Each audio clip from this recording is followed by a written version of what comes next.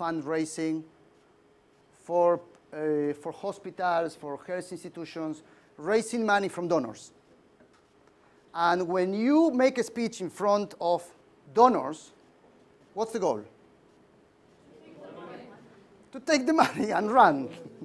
To take the money. Okay, the goal is that people will feel at the end of your speech that whatever you said will make them take a decision. The behavior, as I said before, that we expect is that they make a decision to support the program. Yes? And all your speech has to be addressing that goal. And I will keep using this example of the hospital for children with cancer. I will go back. I will use it in a few of the slides we are going to see. At the end of the day, what the donor needs to do is, or the potential donor, the one that is in the audience, to take a decision to act, to do something. If we share a lot of information, if we say a lot of things, but at the end of the speech, they say it was a very informative presentation, thank you very much, see you soon, bye. I said, but where are the checks? Where is your, this is the bank account. No. I will call you when I'm interested to do something. Then you know, very nice, 20 slides, nice pictures, figures, numbers, this is what we need. Didn't work. So you have to know, first of all, what's your goal. The second thing that you have to plan when you plan your speech, what's your trigger? What was my trigger today? What was my trigger for my presentation? Addressing young people who would like to learn more about communication. What's a trigger? Do you know what's a trigger? Mm-hmm. Can somebody define a trigger? Body language trigger. What's your trigger today? Yes, that was a trigger. The trigger is you don't start the presentation with something boring or just saying something. You have to plan your presentation with a little surprise at the beginning.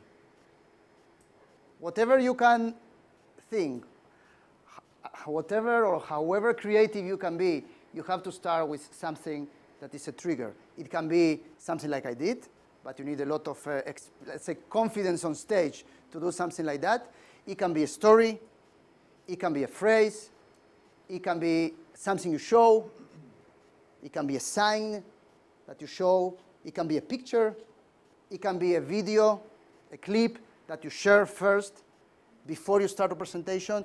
But it has something that draws the attention of people. So people who are sitting suddenly say, well, maybe there is something interesting in this presentation.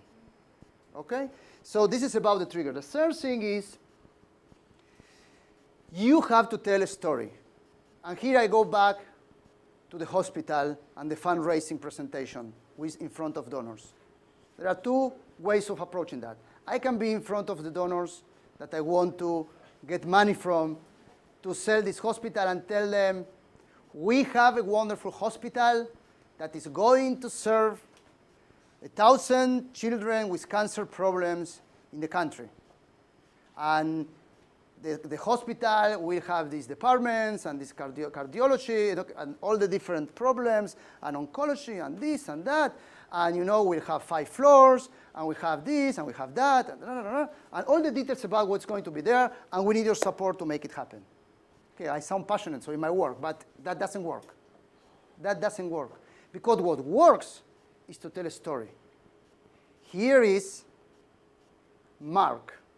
Mark is a 7-year-old child who lives in this remote village in Macedonia. Mark was born with a terrible disease that you all know. He's just 7. His chances of making to 4th grade today are almost 0. There is no place in this country where we can take care of children like Mark, who were born with cancer. We are trying to save Mark's life. Because if we don't do it, Mark is going to die. And Mark is only one of other thousands of children in this country who would die unless we do what we have to do. What we have to do.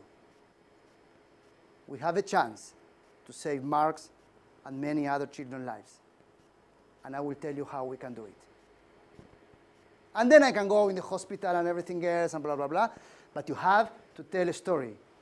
I think that some of you felt the power of the story I just shared. You were ready to open your checks. Shut up and take my money. Yes, exactly. So there is a story that you have to define that will illustrate, that will be a good example of what you want to share and what you want to achieve. Because stories are powerful. It's a very, the best in this respect are the Americans. The Americans use stories and features all the time to say anything. But there is a lot we can learn from different cultures. That's one of the things we can learn from the Americans. One of the things we can learn from them. Others not, but this is one of the things we can learn. Shh, don't tell to the American ambassador.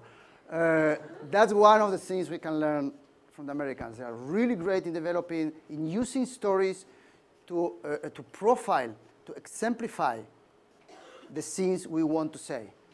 And nothing more powerful than stories. And the fourth thing you really need to plan, besides everything else you will say in between, is your closing.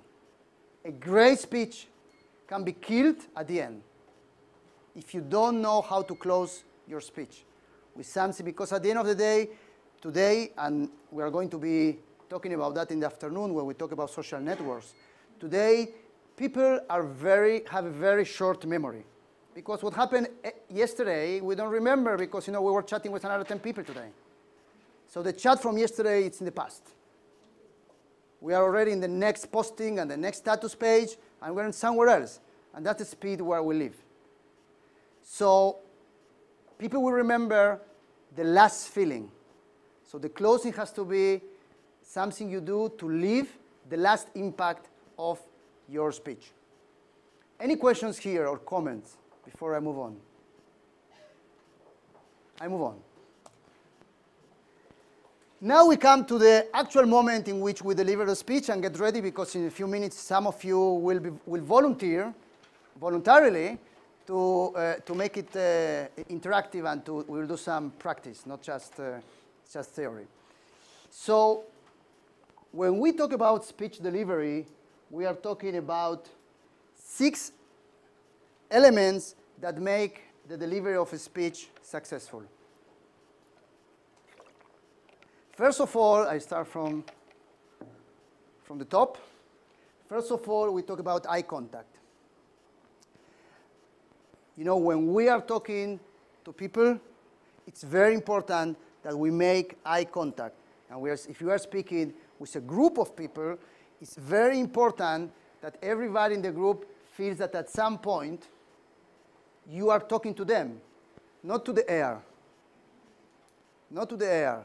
I have a son who started the first grade last year, and I went to a teacher's meeting, and the teacher was a very interesting teacher. In the parents' meeting, she was talking like this. She was talking. There were a group of parents sitting in the room, and she was talking to us, and she was saying like this: "Dear parents, I want to tell you that this year we are going to be," and I was trying to find her eyes. And her eyes were somewhere else. So I felt as somebody sitting in the audience, among the people in the crowd, I felt she's not talking to me. I don't know who is she talking to, but not to me for sure. I don't know.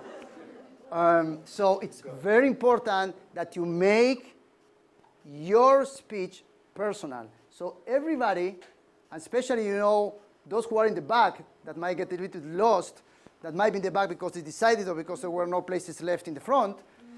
Yes? So you have to keep,